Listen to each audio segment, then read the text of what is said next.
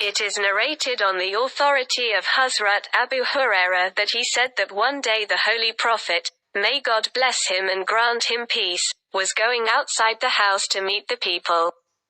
And a man came and said, "What is faith?"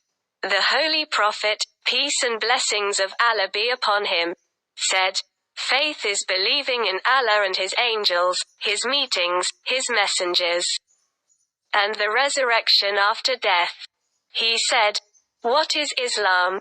So the Holy Prophet, may God bless him and grant him peace, said, "Islam is that you worship only Allah and do not associate anyone with Him, establish prayer, give zakat, which is obligatory, and observe the fasts of Ramadan."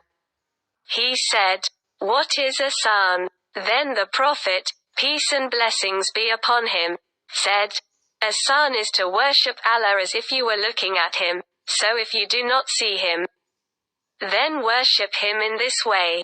He's looking at you." Then he said, "When will the day of judgment come?" So the Prophet, may God bless him and grant him peace, said that the one who is questioned does not know more than the questioner. Yes.